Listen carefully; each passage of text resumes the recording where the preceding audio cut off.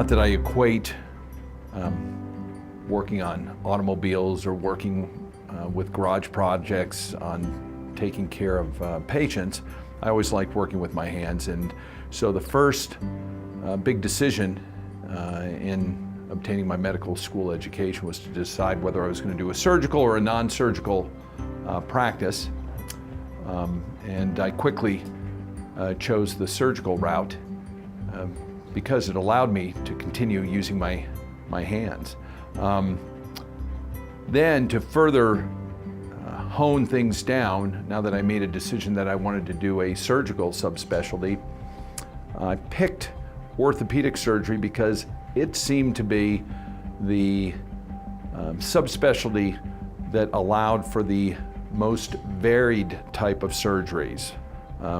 It would allow one to do surgery from the tips of the fingers to the tip of the tailbone, so to speak. So there were many types of surgical procedures.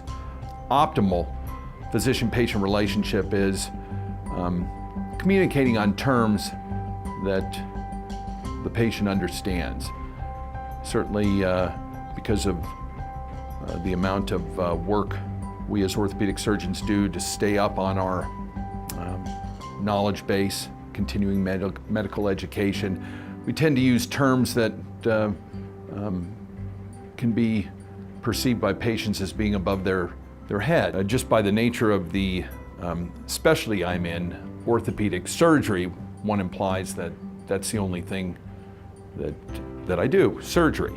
However, it's not. In fact, the majority of patients that I see do not require surgery, and certainly when patients come in with complaints that can be treated without surgery, I will always attempt those options first. Many degenerative conditions that affect the spine and the extremities can be readily treated with mild, relatively healthy, non-addicting medications, and perhaps a course of physical therapy. Certainly there are injections that can be utilized. And by far and away, most of the patients with these wear and tear type of conditions, minor to average type of sports injuries, can be treated successfully with these non-surgical methods.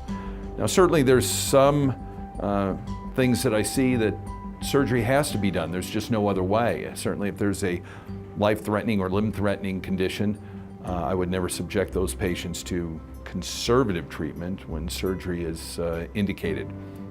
Fortunately, most of those situations are seen not in a clinic situation, but in an emergency room setting.